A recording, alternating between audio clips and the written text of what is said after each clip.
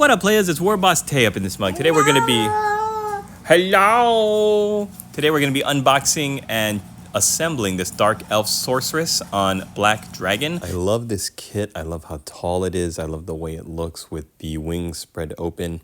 I love the posing on the base, the scenic base, and I decided to go with the Supreme Sorceress just because I like the contrast between this half-naked, beautiful elven creature and the pure raw savagery of the beast that she's riding. So this is the instructions. It comes in a big pamphlet, and you can see there's different options for the tail. You can also have different options for the rider. So if you don't want to build the Supreme Sorceress, you could, or the Witch Elf, I think you could also build her as. You could also build her as a Dark Elf Dreadlord with a lance and a shield, double swords, or a sword and a hand crossbow. So you have a number of different ways you can build out the rider, and whichever one you don't use, the great thing is you've got an extra rider for your bits box. You got a choice of heads, either with the mouth open or mouth closed, and this is what it looks like in one of the configurations, all built up. What's interesting too is that the dragon has armor on its legs, and it says that's optional. You can just build it as it is, but I think it's cooler to have armor on the dragon. It makes it look more aligned with the Dark Elf rider. And yep, you can either do the Age of Sigmar round base or the square base. I decided to go with the square Warhammer Fantasy base. These are the two sprues.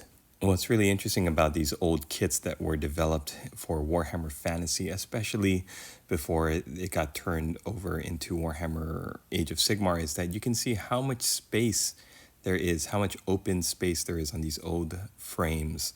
And even with all of the bits for the rider here, in this one half of the sprue, there is just so much open space when you compare it to, say, the Space Marine Intercessor Squad, which seems to have packed every square inch with a bit of a model.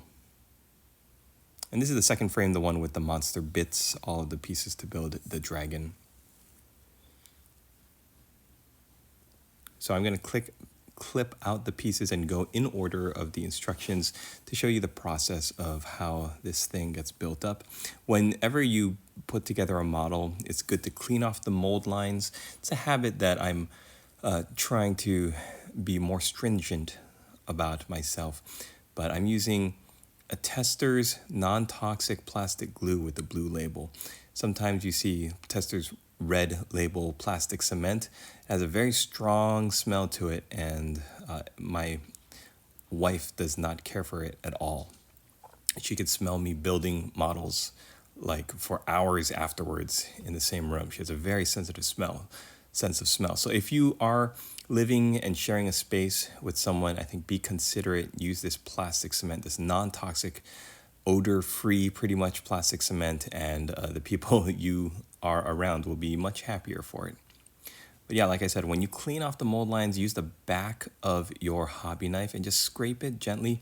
The good thing is that you can scrape it with a bit of force and you're not going to ruin any of the detail. If you were to go with the bladed side of your hobby knife, you're going to just gouge out all that detail. So flip your hobby knife around and scrape away at those mold lines. Make sure you clean them off before you start gluing them together.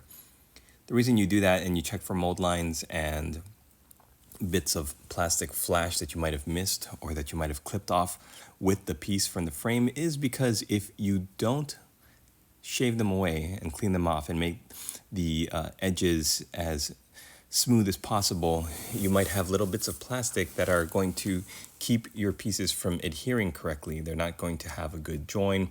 They might seal out of place and leave huge gaps. If you clean off all of these mold lines and scrape away all of the plastic flash at any of the glue points, then your models will go together much easier. So yeah, like I said, this is something that I do not enjoy particularly doing, and it's a little bit of a chore. You just want to glue the thing together and get on to the painting, but yeah, it's something you should definitely do, and your models will be much happier for it because then you won't have to scrape them away during the painting process, which is the other time that I do it. Once I can see the models all put together, primed, and once I'm painting them, then I'll say, okay, here's some mold lines, here's some flash I missed.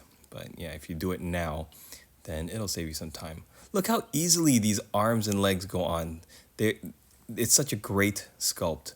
The musculature flows really nicely. If I could give you a little tip, a little pro tip here, put on the tail before the legs, just so that you can snap the legs around the tail rather than trying to fit the tail under and through after the fact.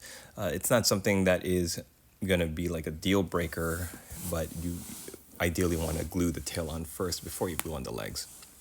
All right, the scenic base is a beautiful one. You've got two halves of this mound and then a rotted tree trunk. Everything fits together really nicely and goes together seamlessly. The great thing about the tree trunk too is it's got the dragon's tail already coiled around it, built into it. So it's made to look like the dragon is not only leaping off of this piece of scenery, but that it's also springing off of it and that it's coiled around it, like almost like a snake. It's really beautifully designed, and I like it much better than the high elf one, which seems to almost be like I don't know, like diving straight forward like a bird. This one looks more like a coiled serpent that's wrapped up around this tree and is crouched over. Almost the wings are furled up, but it looks hunched over. It doesn't look like a strong, healthy, majestic dragon. It looks like a very withered creature that's got all this power within it, but it's also looking kind of sickly and emaciated looking. I love it. I love the design of it. I chose for the tail the one that's a little flared open so you could see the little spines in the middle. There's also one that's the other option of using the tail. The bottom tail is one that looks a little bit more closed and coiled and wrapped up.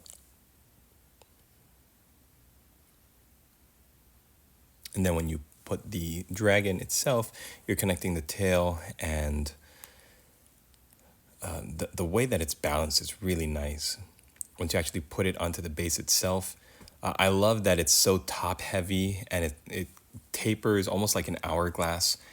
It's just so well designed and well built and balanced. Now I'm putting together the saddle. It's got like a dragon skin texture to it, which looks really cool. You don't really notice it because the rider's sitting on it, but it'll be a fun texture to paint. If you want, what you could do is have the rider separate. Maybe, I don't know if you want to go through the trouble of magnetizing the riders. It just seems like such a hassle. And if anything, I could see leaving the rider off, just completely off, and then painting the rider separately, and then just switching them out. Because of the way the rider would just sit in the saddle. It should balance pretty nicely. But I decided, you know what I'm going to do? I'm going to commit. I love this idea of the contrast of the beautiful rider with this horrifying creature and beast. So I went with the sorceress or the witch elf, whatever you want to call her. I think she's a sorceress because she's holding up like a wand and a dagger. And I really like the way it looks. You've got this banner pole on the back. You can choose one with or without the skull. I don't know why the option was just with or without a skull in the center. Other than that, the banner poles look exactly the same with the pointy U shape. And then the banner that's flapping in the wind behind it. There's only really one way to build the throne. And the option to have the pole with the skull in it or the one without. It sits really nicely on the back of the dragon. The cool thing about it too is you don't have to build the rider. Because the armor plates are optional, you can keep the dark elf completely off of it. If you just want to have a black dragon in your army, you don't have to have the throne and the rider and the armor, and it'll just be this very cool looking black dragon. But like I said, if I ever decide to play dark elves, then I want something very intimidating looking, like a very beautiful centerpiece, and this is going to do it. This came out at a time when Games Workshop was really trying to push these big monsters for all of their Warhammer Fantasy armies. So you had the Necrosphinx, the Arachnarok Spider, the Empire had all of its big giant war machines, and the Dark Elves had two big monsters. They had this dragon, They had the Charybdis / Hydra. And they also had the Cauldron of Blood, which came out at the same time too. So this was a good time to be a Dark Elf player before they decide to blow up the entire setting. Now the rider was a little tricky to put together because the glue points for this character, the Witch Elf / Supreme Sorceress, are very small because she's lithe and skinny and she's not covered in chunky armor. So the glue points are like the forearms, depending on which loadout you want to give her, and then the 2 legs connect to the torso at the center. Luckily, you don't really see much, so there's a little bit of forgiveness for if you are not able to glue the legs on at exactly the right angle. But you are technically supposed to be gluing the rider to the mount, so there is a little bit of a hiding of any discrepancies or any mistakes in gluing the legs to the body. Now what I'm doing is putting the head together, and I decided, like I said, to go with the open mouth. I think it looks more intimidating and more threatening than the closed mouth, which is kind of looking more like a snarl. With the open mouth, it looks like it's roaring. You put the tongue inside, and the tongue is kind of like surrounded by the teeth, the fangs. It's a really cool looking design. And then the neck attaches to the back of the head. And then you just put the neck onto the dragon at the end. I want to thank you guys for watching as we're wrapping up this video. If you are interested in supporting my channel, you want to see me produce more quality content like this, especially as I go into painting this great beast, you can support me by joining and becoming a channel member, or by buying a super thanks or a super sticker. We have a bunch of free downloadable digital content for all channel members to help you keep track of your hobby progress. So I hope you take advantage of that.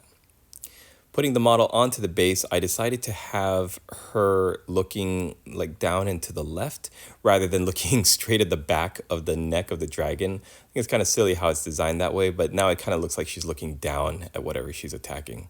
Thanks for joining me, everybody. I hope you enjoyed this video. Hit that like button, subscribe if you're not already subscribed, and if you consider to join the channel as a member, then I welcome you aboard. Don't forget to join us on the Discord too, where you can keep track of your progress in your hobby. Thanks for watching.